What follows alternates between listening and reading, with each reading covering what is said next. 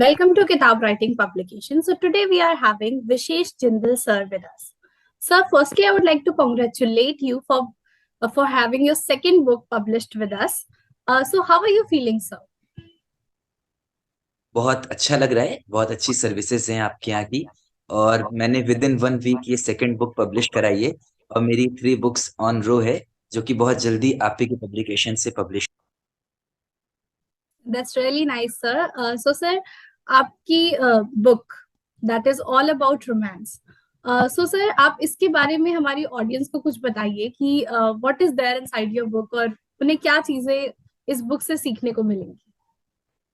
Sure ma'am, जैसा कि मैं बताना चाहूंगा मैम, देखिए, चाहे टीन एज हो, चाहे कपल्स हो, अनमैरिड कपल हो, चाहे मैरिड हस्बैंड वाइफ का बॉन्ड हो, एक रोमांस ऐसी चीज होती है मैम जो कि एक रिलेशनशिप के बॉन्ड को स्ट्रॉन्ग करती है।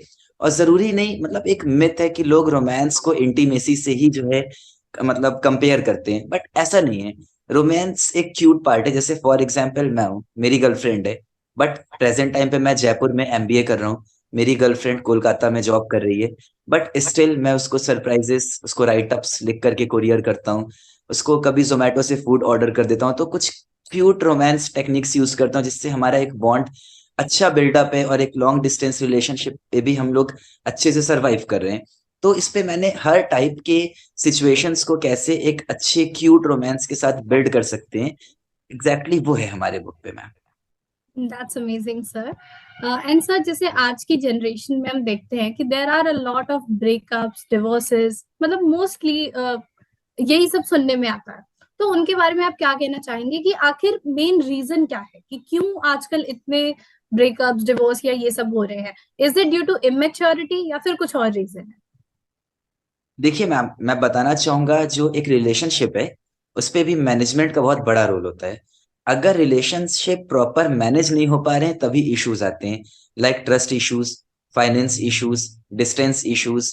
ऐसे कई सारे इश्यूज होते हैं जिसको कि मैंने बुक पे एक प्रॉपर एक चैप्टर मैंने दिया है जिसका नाम है economics and management of romance.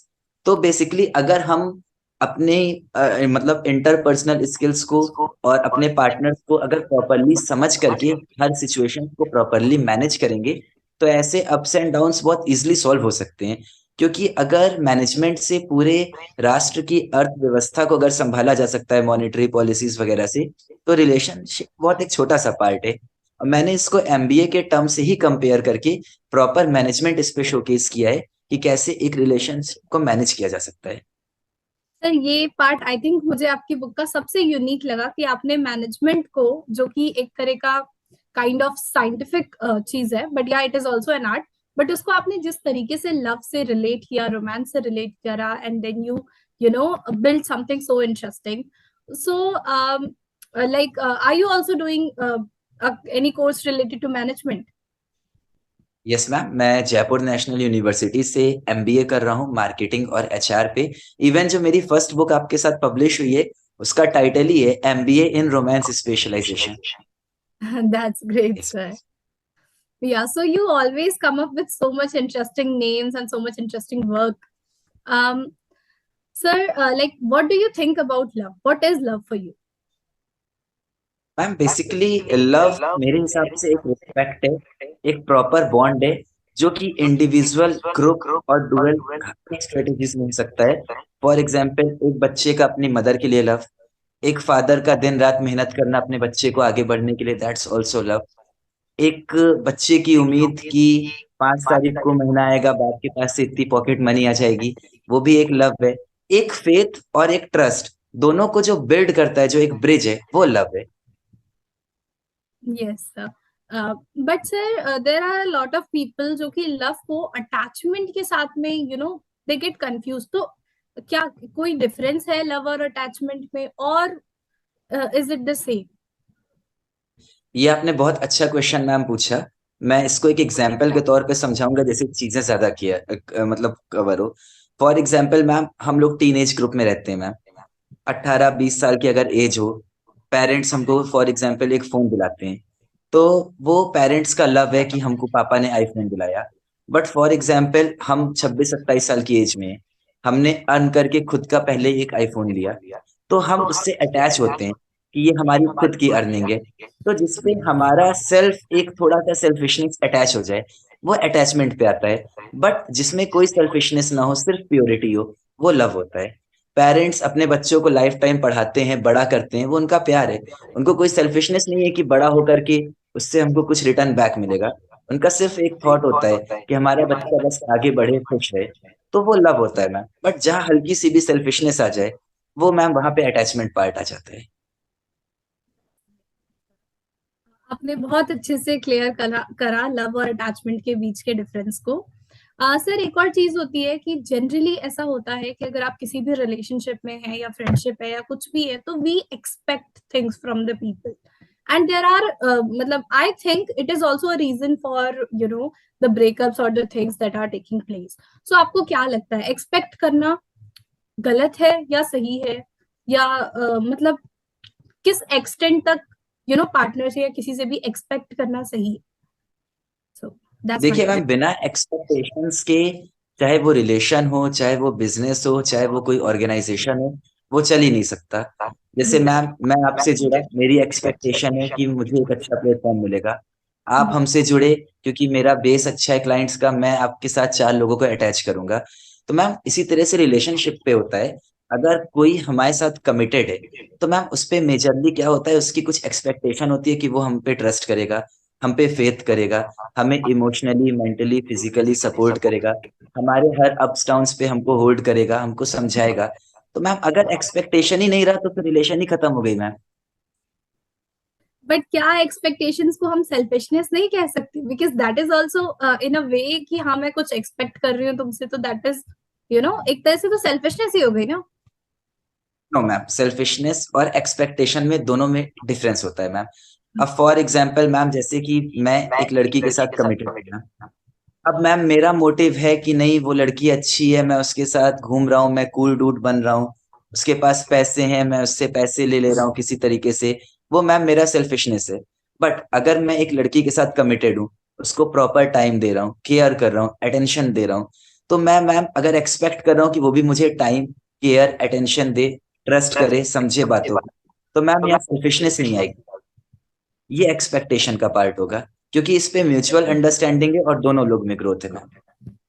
अच्छा, जनरली ऐसा होता है कि if there's a relationship, so obviously I'm not generalizing, but yeah, still there are a lot of incidences जहाँ पे हमने ये देखा है कि mostly these are the boys who are not giving you the time or those kind of things. तो उनके बारे में आप क्या कहना चाहेंगे कि कहाँ पे बेसिकली कमी है, क्यों चीजें नहीं हो पा रही है सही से? बिल्कुल, इसके लिए भी मैम मैंने पूरा एक चैप्टर दिया है, stress management in relationship. Okay. तो इसमें मैम मैं बताना चाहूंगा, देखिए, टाइम ना दे पाने के पीछे 4 वजह होती है मैम। जैसे पहला होता है मैम कि कोई पर्सनल वर्क या प्रोफेशनल वर्क में बिजी हो। जैसे मैम मैं एक इंडिपेंडेंट फिल्म मेकर भी हूँ। जब मैम मेरे प्रोजेक्ट्स होते हैं वेब सीरीज वगैरह के, तो हफ्तों फोन साइलेंट पे पड़ा रहता है, मैं टाइम नहीं दे पाता। तो उन केसेस को कैसे अपने पार्टनर के साथ हैंडल करना है, उसकी बहुत बड़ी स्ट्रेटेजी होती है मैम, पूरा एक सेशन जाएगा। उसके अलावा मैम जो सेकंड पॉइंट होता है कि टाइम ना दे पाना, उसका ये होता है मैम कि कुछ जो बॉयज होते हैं, वो अपनी गर्लफ्रेंड के साथ, अपने पार्टनर के साथ अटैच तो बहुत होते हैं, बट ज्वाइंट फैमिली में रहते हैं। बट एक शाय नेचर होता है, फैमिली के साथ उतना खुल नहीं पाते कि उनके सामने अपना प्रॉपर टाइम देते हैं। मैम तीसरा रीजन क्या होता है मैम, कि कुछ लड़के होते हैं जो शो ऑफ में गर्लफ्रेंड बना लेते हैं, बट उनका प्रॉपर अटेंशन अपनी गर्लफ्रेंड पे रहता ही नहीं। और जो मैम फोर्थ, जो सबसे इनअप्रोप्रिएट रीजन भी कहा जाए और सबसे जरूरी रीजन भी हो सकता है, वो मैम ये होता है कि जो ह्यूमन साइकोलॉजी आजकल मैम ऐसी बन गई है कि हमारी वो गर्लफ्रेंड है तो एक हमारा स्टेटस सिंबल मेंटेन है। तो फिर वो जब उस क्लास में बैठते हैं तभी उनको अप्रोच करेंगे, फ्री हैं तो उनको कोई मतलब नहीं। तो एक स्टेटस सिंबल वाला मैम बहुत बड़ा ड्रॉबैक है जो आज के टाइम पे इस सिचुएशन को क्रिएट कर रहा है। तो सर, आज की जनरेशन बेसिकली कहाँ जा रही है? लेकिन आई मीन किस टाइप की थिंकिंग है ये कि mostly being in a relationship is also a kind of status symbol, और mostly if I would say that the even the teenagers or those kids who don't even know anything about love and everything, they are also in relationship. So what is your opinion about them? Ma'am इसका तो ma'am पहले मैं आपको एक किस्सा बताना चाहूंगा। आज 10 साल 12 साल का लड़का मैम सिगरेट पी रहा है, जॉइंट रोल करके फूक रहा है, उसको उसकी ये भी नहीं पता कि उसके अंदर क्या क्या चीजें मिली होती हैं क्या नहीं, सिर्फ शो ऑफ के लिए। तो मैम ये देखिए, ये एज वाइज इसका सेगमेंटेशन होता है। अगर हम मैच्योरिटी की एज देखें तो इंसान अप्रोक्स 12 साल से थोड़ा थोड़ा मैच्योर होने लगता है। तो मैम ये जो 12 से 16 साल का फेज होता है वो इमेच्योरिटी फेज होता है। उसमें क्या होता है मैम कि हमको फिजिकली जो चीजें अट्रैक्ट कर रही हैं, जो अच्छा दिख रहा है, इंसान उसकी तरफ बढ़ता है, ये नहीं सोचता कि इमोशनली वो बैलेंस अपनी लाइफ को कर पाएगा कि नहीं। फिर उसकी लाइफ का सेकेंड फेज आता है मैम, जो कि 16 से 21 तक का रहता है, जिसमें एक टीनेजर अपने बूम में रहता है, जिसमें पेरेंट्स से भी उसको अच्छा सपोर्ट रहता है, प्लस वो धीरे धीरे इमोशनली और मेंटली भी मैच्योर होने लगता है। इस केसेस पे भी मैम जो शो ऑफ वाली चीजें होती हैं वो 30% रिड्यूस हो जाती हैं, बट तब भी थोड़ा पोर्शन रहता है। फिर मैम 21 या उसके अबव 26 तक की जो एज होती है, जिसमें बेसिकली कॉलेज, इंटर्नशिप्स, स्टार्टअप्स, ये सब चीजें आती हैं, इस पे मैम मैच्योरिटी का लेवल थोड़ा और बढ़ता है। फिर जो कनेक्शन होता है मैम वो और स्ट्रांग होता है, बट तब भी मैम थोड़ी बहुत शो ऑफ वाली चीजें रहती हैं। बट 26 ऑनवर्ड्स जो एज ग्रुप होता है, उस पे आज की जनरेशन में इंसान इतने लेसन्स ले चुका होता है, फिर मैम जो वो कनेक्शन बिल्ड करता है वो एकदम अप्रोप्रिएट करता है, वो बाय हार्ट कनेक्शन होता है, इसमें शो ऑफ जैसी कोई चीज ही नहीं होती कि मैं गर्लफ्रेंड इसलिए बना रहा हूँ कि मेरा स्टेटस मेंटेन हो। तो ये मैम पूरा एज वाइज क्लासिफिकेशन होता है। ओके। सर, एक और क्वेश्चन था मेरा कि सर जैसे आप अभी बता रहे थे, so one more question came to my mind. What do you think, like जैसे आपने कहा कि if you have a relationship, let's say it is long distance और इट इज एनी वे, तो you always keep on showing some efforts, right, by doing small little things for your partner. But at one stage we are seeing कि जो भी हमारा let's say relationship है या जो भी है, it is more or less similar to how you treat your family, right? Because they are also your family in a way. But we are not, putting that much effort into our family, right? Let's say if I would say about my parents, about my maybe sibling, तो ऐसा हम उतना कोई special treatment या कुछ भी ऐसा नहीं दे रहे हैं. So why is a special treatment needed for your partner? That's my बिल्कुल question. मैम, देखिए अब आज के टाइम पे ये कॉन्सेप्ट चेंज हो रहा है। आज के टाइम पे जो पेरेंट्स हैं मैम, वो इतना फ्रेंडली है अपने चाइल्ड के साथ, जैसे इवन मेरे पेरेंट्स हैं, कि उनको मेरे रिलेशनशिप के बारे में भी पता है। तो मैम इस पे मैम कहीं ना कहीं जो ड्रॉबैक आता है वो फैमिली का भी आता है। अगर स्टार्टिंग से फैमिली ऐसा एटमॉस्फेयर अपने बच्चे के साथ क्रिएट करेगी, तो वो स्पेशल ट्रीटमेंट उनको भी देगा।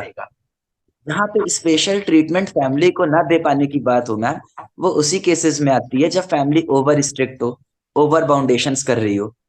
एक एज ग्रुप होता है, जब कोई लड़का किसी लड़की से अट्रैक्ट होता है तो कोई एज बैरियर नहीं होता, सेम मेंटालिटी होती है, मेजरली दोनों सेम प्रोफेशन से होते हैं, माइंडसेट सेम होता है, तभी तो मैम एक अट्रैक्शन होता है। बट एक पेरेंट्स के साथ मैम एज बैरियर, माइंडसेट का ना मिल पाना, बच्चे को ये पसंद है पापा कह रहे हैं ये करो, तो ऐसी चीजों में मैम एक मन मुटाव होता है। तो इसके लिए मैम इन चीजों को बैलेंस करने के लिए जो इकोनॉमिक्स ऑफ रोमांस में मैंने मेंशन भी किया है, कि एक पेरेंट्स को अपने बच्चों के साथ कैसे एक बैलेंसिंग मेंटेन करनी चाहिए, कि जैसे वो उनके साथ ओपनली होकर के सारी बातें कर सके। तो जब एक बच्चा अपने पेरेंट्स के साथ ओपन हो पाएगा, तो मैम कोई ट्रीटमेंट में फर्क नहीं आएगा, जितना उसके लिए उसकी गर्लफ्रेंड इंपॉर्टेंट होगी Okay, sir. Yeah, that was an amazing answer. So sir, yes. आपकी बुक से रिलेटेड तो हमने काफी सारी बातें कर ली हैं, और लव से रिलेटेड भी आपके जो ओपिनियंस हैं उनको जान लिया है. बट स्टिल आपके माइंड में कुछ है, लाइक हमारी जो आज की जनरेशन है उनके लिए कुछ मैसेज, कि उन्हें अपने रिलेशनशिप्स को, बिल्कुल स्टडीज को, करियर को, हर चीज को लाइक किस तरीके से सारी चीजों को एक प्रॉपर बैलेंस्ड वे में रखना चाहिए. बिल्कुल, मैं जनरेशन को मैम यही बताना चाहूंगा कि देखिए, एक तो खुद पे कॉन्फिडेंस होना चाहिए, बाकी हर चीज का मैनेजमेंट बहुत अच्छे से होना चाहिए। फॉर एग्जाम्पल मैम, कोविड के टाइम पे मुझे ट्यूबरकुलोसिस हो गया था, इसमें मेरा राइट लंग ऑलमोस्ट डेड हो गया। उस केसेस पे मैम मैं 3 मंथ्स आईसीयू में था, मुझे वीपी शंटिंग मिलती थी, और फिर कई आर्टिकल्स भी पब्लिश हुए, मैं 1 साल प्रॉपर बेड पे था, मेरा मेडिकेशन था। तो उस पे मैम मेरा 1 साल का काफी लॉस हुआ, मुझे अपने मूवीज के प्रोजेक्ट छोड़ने पड़े, मैं लिखने की कंडीशन में भी नहीं था, मेरी पढ़ाई भी बीच में डिस्टर्ब हुई। उस केसेस में मुझे मेरे पेरेंट्स ने, मेरे पापा मम्मी ने, मेरी गर्लफ्रेंड ने बहुत सपोर्ट किया। तो मैम बट मैंने क्या है कि मैंने अपने ऊपर एक कॉन्फिडेंस रखा कि नहीं, ये छोटी मोटी चीजें आती जाती रहेंगी। फिर मम्मी ने मेरी बहुत मेहनत की, टाइम टू टाइम मेडिसिन देना। दिन भर में मैम 16 टैबलेट्स खानी पड़ती थी, क्योंकि ट्यूबरकुलोसिस का पूरा कोर्स होता है मेडिसिन का। तो उसके बाद जब मेरा लास्ट एक्सरे हुआ, डॉक्टर ने कहा अभी आप ठीक हैं। तो मेरे पेरेंट्स ने पहले कहा कि इतनी बड़ी डिजीज से उठे हो, अब घर पे ही रहो, कुछ नहीं करना। तो मैंने पापा से कहा कि पापा वो तो देखिए राज काज है, अभी है, अभी ठीक है, हो सकता है कल फिर कुछ हो जाए, तो मुझे परस्यू करना है। पापा हमेशा सपोर्टिंग रहे हैं। तो पापा ने कहा ठीक है बेटा जाओ करो। तो फिर मैंने दोबारा अपने आप को कम बैक किया। 3 साल के ब्रेक के बाद मैंने दूसरी वेब सीरीज लॉन्च की, सर्टिफिकेट, जो कि बहुत जल्द ओटीटी प्लेटफॉर्म्स पे आने वाली है। राइटिंग्स मेरी चल रही थी, मैंने एमबीए परस्यू करना दोबारा से शुरू किया।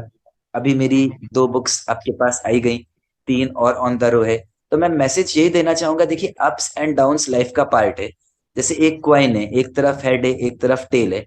तो इसका मतलब ये नहीं कि हम हार के थक के रुक जाएं। हमको हमेशा अपने अंदर एक कॉन्फिडेंस रखना चाहिए कि जो हो रहा है मतलब ठीक है, उसको कैसे ओवरकम करना है, कैसे चीजों को संभालना है, कैसे आगे ग्रो करना है। बस इस पे फोकस होना चाहिए, और हर चीजों का प्रॉपर मैनेजमेंट होना चाहिए, बाकी कुछ। Amazing sir, your story is way too inspirational. आज की जनरेशन के जो भी बच्चे हैं या जो भी यंगस्टर्स हैं, everyone should get a learning from you. कि हम इन अ वे हमारे पास सब कुछ है, we are having all the you know opportunities everything, but still we keep out saying कि नहीं हमारे पास ये कमी है वो कमी है, कुछ ना कुछ ढूंढते ही रहते हैं। But you survive such a tough situation and yet you you know आप एकदम एक चमकते सितारे की तरह उभर के आए। वो अपने आप में एक बहुत बड़ी बात है और एक बहुत बड़ी सीख है हम सबके लिए जो भी आपको आज यहाँ पे देख रहे हैं। Thank you so much for being a part of this wonderful discussion.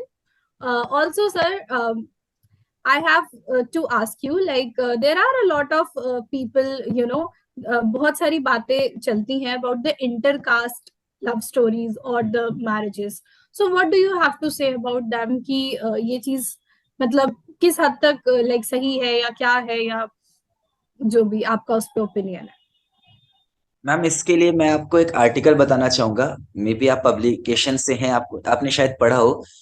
India में मेजरली हर स्टेट, हर यूनियन टेरिटरी की जो स्टेट गवर्नमेंट है, इवन जो सेंट्रल गवर्नमेंट है, वो इंटरकास्ट मैरिज में 2.5 लाख से लेकर के अप टू 10 लाख तक का रिवार्ड भी दे रही है। आपने ये चीज पढ़ा होगा। इवन राजस्थान जैसे स्टेट पे अगर एक लड़का एक लड़की इंटरकास्ट मैरिज कर रहे हैं, तो गवर्नमेंट उनको 10 लाख रुपीज का भी क्लेम दे रही है। तो जब गवर्नमेंट खुद ही प्रमोट कर रही है इंटरकास्ट मैरिज, तो ये तो मैम अच्छी चीज है ना। वो तो यूनिटी की तरफ एक स्टेप आगे बढ़ने का तरीका है। अलग अलग बिल्कुल। कास्ट के लोग आपस में यूनाइट होंगे, तो मैम ये कास्ट बैरियर और ये सब चीजें खत्म होंगी। तो मेरे बट हिसाब सर से जो ये तो यस सर, बट सर जो हमारे अगर हम बात करें पेरेंट्स की या जो भी पुरानी जनरेशन है, ओल्ड जनरेशन है, so they always keep it as something very wrong, right? और as any of the being, कोई भी नहीं चाहता कि वो अपने पेरेंट्स को और किसी को भी हर्ट करे, right? So in that case how can they overcome this? बिल्कुल। मैम इसका मैं एग्जांपल देना चाहूंगा। देखिए कास्ट, जेंडर, ये सारी चीजें तभी तक एप्लीकेबल होती हैं जब हम अपनी कंट्री में हो। फॉर एग्जांपल मैं अपनी इंडिपेंडेंट फिल्म मेकिंग की वर्कशॉप कर रहा था न्यूयॉर्क पे, ली स्ट्रासबर्ग पे। तो वहां पे मुझे कोई ये नहीं पूछ रहा था कि आप जिंदल हो, कि आप ठाकुर हो, कि आप क्या हो। You are Indian, so welcome, जय हिंद। तो हम अलग की कंट्रीज में अगर एज एन इंडियन जाने जा रहे हैं, तो मैम जो पास्ट की मेंटेलिटी थी, उसको तो हमको चेंज करने के लिए स्टेप फॉरवर्ड करना पड़ेगा ना। बिल्कुल। अगर ये माइंडसेट बना रह गया, तो लोग आपस में ही कास्ट पे लड़ते रह जाएंगे, क्या ग्रोथ होगी नेशन की। तो हम लोग को यूनाइट होकर के, जैसे चक दे इंडिया मूवी पे शाहरुख सर का एक पार्ट था, वो जब सबसे पूछ रहे थे अपना नाम बताओ, लोग बोल रहे थे हम यहाँ से, पंजाब से, कोई बोल रहा था मेरा नाम ये है, हम यूपी से। वो सबको कट कर दे रहा था। फिर उन्होंने क्या बताया, मुझे आंसर ये सुनना है, मेरा नाम ये है, मैं इंडिया से हूँ। तो इट मीन्स सबको जो है अपने नेशन को डिस्क्राइब करना चाहिए, ना कि अपने कास्ट, अपने जेंडर को। ये मोटिव बट है। Sir okay sir, that's fine. Okay, so sir अब मैं आपसे कुछ ऐसे, अभी तक हमारी ऑडियंस ने ऑब्वियसली आपसे बहुत कुछ सीखा, बहुत कुछ जानने को मिला, एंड आप ऑब्वियसली हमारी ऑडियंस के लव गुरु तो जरूर बन चुके हैं। ओके। Thank you. सो अब मैं आपसे कुछ आपकी पर्सनल लाइफ से रिलेटेड क्वेश्चंस पूछना चाहूंगी कि अपार्ट फ्रॉम राइटिंग और क्या क्या चीजें आपको करना पसंद है, और आप क्या क्या कर रहे हैं अभी, like you said about the film making and so many other things, so it's actually very interesting to know more about you. देखिए मैम, मैंने तो क्या कहते हैं ग्रेजुएशन और मास्टर्स मेरा फिल्म मेकिंग में हुआ। अब मैं एमबीए तो कर ही रहा हूँ। इसके अलावा मैम मैं बाय प्रोफेशन एक वेडिंग प्लानर हूँ। इवेंट मैनेजमेंट मेरी खुद की मतलब पेरेंटल बिजनेस है, मेरी कंपनी जिसमें वेडिंग्स और इवेंट मैनेज होते हैं। उसके अलावा मैम मैं एक इंडिपेंडेंट फिल्म मेकर हूँ, जिसके थ्रू मैं अपनी मूवीज वगैरह बनाता हूँ ओटीटी प्लेटफॉर्म्स के लिए और कंपटीशन के लिए शॉर्ट फिल्म्स वगैरह बनाता हूँ। नेक्स्ट, मैं एक रेकी हीलर हूँ। मे भी आपको पता होगा, रेकी हीलिंग एक आर्ट होती है इनर हीलिंग को और सोल हीलिंग के लिए। तो मैं इनर हीलिंग करता हूँ, रेकी हीलर हूँ। मैं So, meditation can you classes little लेता bit हूँ। elaborate this term for our audience? What does it really mean? बिल्कुल मैम, रेकी हीलिंग क्या होती है मैम, जैसे आज से कई साल पहले अगर हम लोग जाएं तो मेडिकल जब उतना स्ट्रांग नहीं था तो औषधियां होती थी। लोग Yes. उससे या किसी वैद्य के पास जाते थे। किसी की आज भी गांव वगैरह पे आप देखती होंगी, किसी के बोन में दिक्कत है, वो वैद्य के पास जा रहा है, वो उसको हाथ पकड़ के झटक दे रहा है, बोन टूट जा रही, सही हो जा रही है चीजें।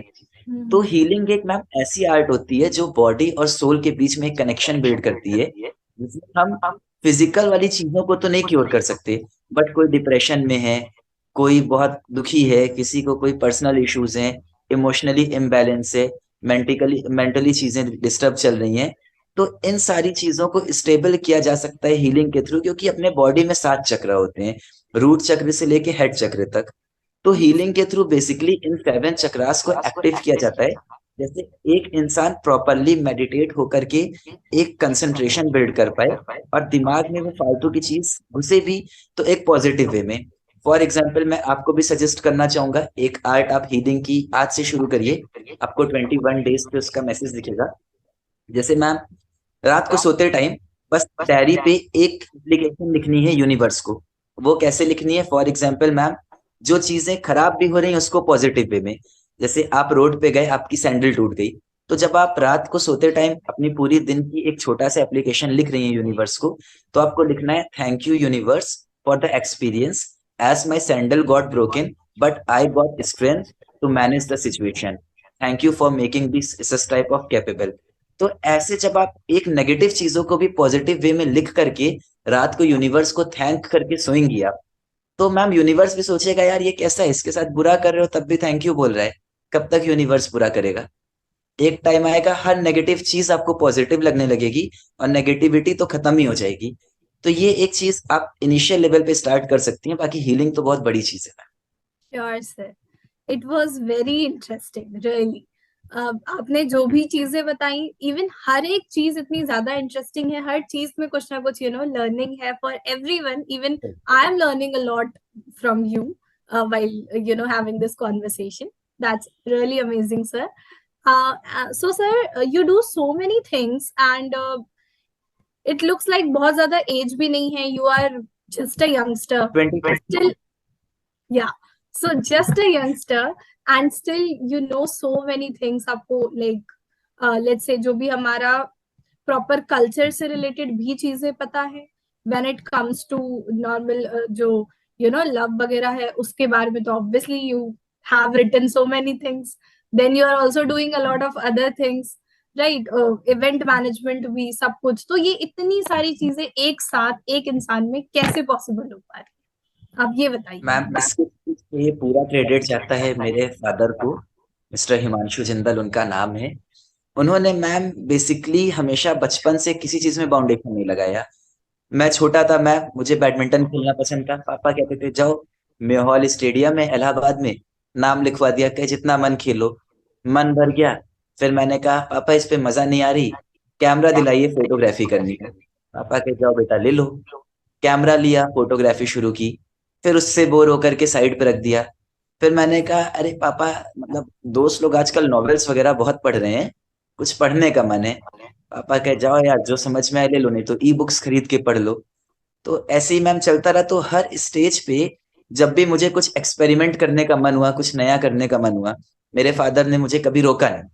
पापा ने हमेशा कहा ठीक है बेटा, मैंने करो, करने के लिए हो, बाकी इतना तो मैंने तुम्हारे लिए कर ही दिया है कि लाइफ टाइम ऐश से जिंदगी चलेगी, तुम एक्सपेरिमेंट करो, बस खुश रहो। तो अलग अलग चीजों को मतलब आता गया, ट्राई करता गया। तो उसमें से मैंने सेलेक्ट किया कि ये तीन चार चीजें ऐसी हैं जिसमें मुझे मजा आ रहा है।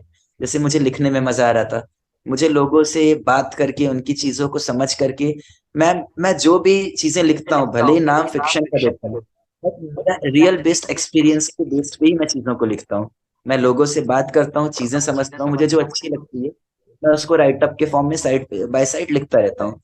इवेंट मैनेजमेंट मैम मुझे अच्छा लगा, क्योंकि मैंने डब्बू रत्नानी सर को बुला करके अपने इलाहाबाद पे इवेंट कराया था।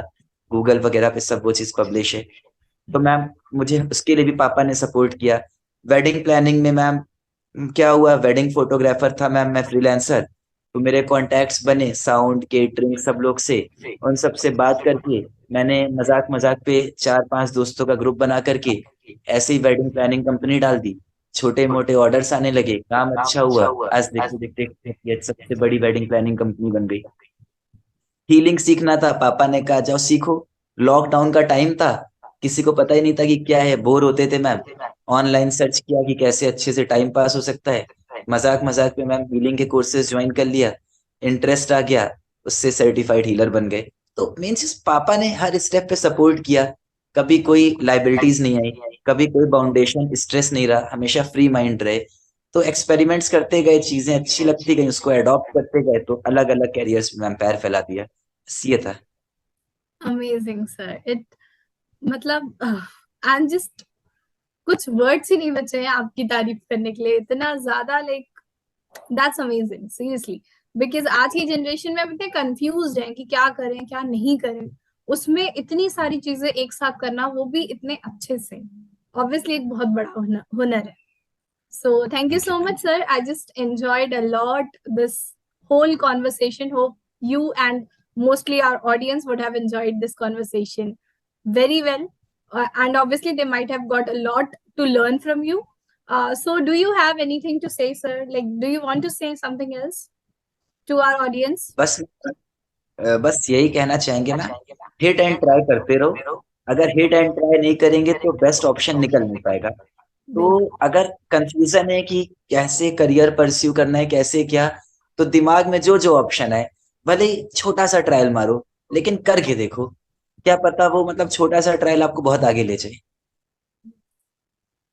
Thank you so much, sir. It was a really nice experience. Thank you so much, sir.